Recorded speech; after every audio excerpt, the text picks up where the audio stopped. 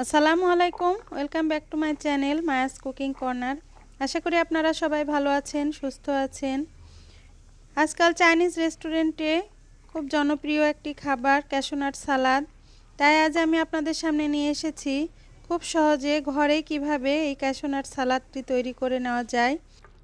এই রেসিপিটি তৈরি করে নিতে মাঝে মধ্যে কিছু টিপস থাকবে, তাই আপনারা ভিডিওটি না টেনে শেষ পর্যন্ত দেখবেন। তো চলুন দেখে নিই এর জন্য আমরা কি করব।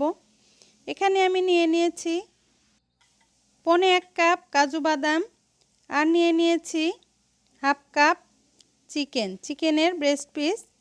এভাবে ছোট ছোট করে লম্বা করে কেটে নিয়েছি। আর এর মধ্যে দিয়ে দিলাম, এখন এর মধ্যে দিয়ে দেব 1/2 চা চামচ করে আদা রসুনের পেস্ট, আর দিয়ে দেব 1/2 চা চামচ সয়া সস।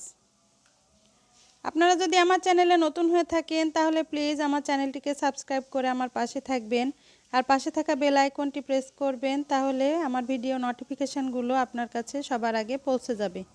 এখন দিয়ে দিলাম স্বাদ অনুযায়ী লবণ, এরপরে দিয়ে দেব 1/2 চা চামচ লাল মরিচের গুঁড়া, এরপরে দিয়ে দেব 1/2 চা চামচ সাদা গোলমরিচের গুঁড়া। এখন এর মধ্যে দিয়ে দেব রুম টেম্পারেচারে থাকা একটি ডিমের অর্ধেকটা, আর ডিমটি অবশ্যই ফেটিয়ে তারপরে দেব। এখন এর মধ্যে দিয়ে দেব 1 টেবিল চামচ কর্নফ্লাওয়ার, এরপরে এর মধ্যে দিয়ে দেব 2 টেবিল চামচ ময়দা, দিয়ে এই সব কিছু ভালো করে মিশিয়ে নেব। মিশিয়ে নিয়ে ম্যারিনেট করে রাখার প্রয়োজন নেই, আমরা সরাসরি চলে যাব চুলায় এগুলো ভেজে নেব। চুলায় একটি প্যানে তেল গরম করে নিয়েছি, আর ওই তেলে প্রথমেই কাজু বাদামগুলো একটু বাদামি করে ভেজে নেব।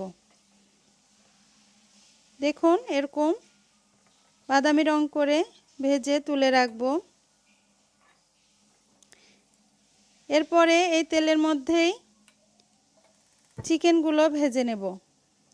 চিকেনগুলো একটি একটি করে আলাদা আলাদা করে তেলের মধ্যে ছাড়তে হবে, তা না হলে একটি আরেকটির সঙ্গে জোড়া লেগে যাবে। এভাবে সবগুলো চিকেন এর মধ্যে দিয়ে দেব। চিকেনগুলো কিন্তু একটু ক্রিস্পি করে ভেজে নিতে হবে, কারণ ক্যাশু নাট সালাদের চিকেনগুলো একটু ক্রিস্পি হয়, তা না হলে সসের মধ্যে দিলে তখন নরম হয়ে যাবে। সবশেষে এই সালাদটি প্রস্তুত করার জন্য আমি কিছু সবজি কেটে নিয়েছি, আপনারা চাইলে এগুলো বাদ দিতে পারেন। আমি কিছুটা গাজর কুচি করে নিয়েছি শসা কুচি করা, এবং কাঁচামরিচ কুচি, ক্যাপসিকাম কুচি, আর নিয়েছি 2 টুকরা লেবু। এখন চুলায় একটি ফ্রাই প্যান বসিয়ে সামান্য তেল দিয়ে সেখানে গাজর, ক্যাপসিকাম এবং কাঁচামরিচ কুচিগুলো হালকা নরম করে ভেজে নেব। খুব বেশি ভাজবো না, সামান্য একটু নরম হলেই নামিয়ে ঠান্ডা করে নেব। এখন এর মধ্যে দিয়ে দিলাম 1/2 কাপ টমেটো কেচাপ, আর দিয়ে দিলাম 1/3 কাপ চিলি সস।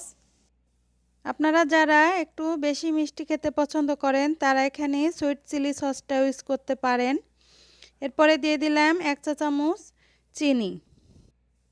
এখন এর মধ্যে দিয়ে দেব 1 চা চামচ হোয়াইট ভিনেগার, এরপরে দিয়ে দেব 1 চা চামচ সাদা গোলমরিচের গুঁড়া। এখন এর মধ্যে ভেজে রাখা চিকেনগুলো দিয়ে দেব, দিয়ে এরপরে সেই ভেজে রাখা কাজু বাদামগুলো দিয়ে দেব। আর কয়েকটি কাজু বাদাম আমি রেখেছি পরে ডেকোরেশন করার জন্য।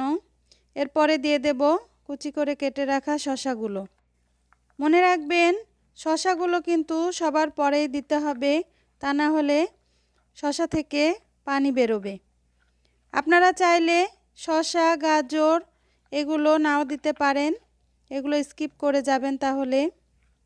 এখন এই সব কিছু ভালো করে মিক্স করে নেব। বাস রেডি হয়ে গেল রেস্টুরেন্ট স্টাইলে ক্যাশু নাট সালাদ। আমরা তো রেস্টুরেন্টে গিয়ে খেয়েই থাকি, তারপরেও যদি বাসায় খুব সহজে ঝটপট এই ক্যাশু নাট সালাদটি তৈরি করে নেওয়া যায় তাহলে মন্দ হয় না। এরপরে আমি এখানে দিয়ে দেব 2 টুকরা লেবুর রস। এই লেবুর রস দিয়ে আবারও একটু নেড়েচেড়ে নেব।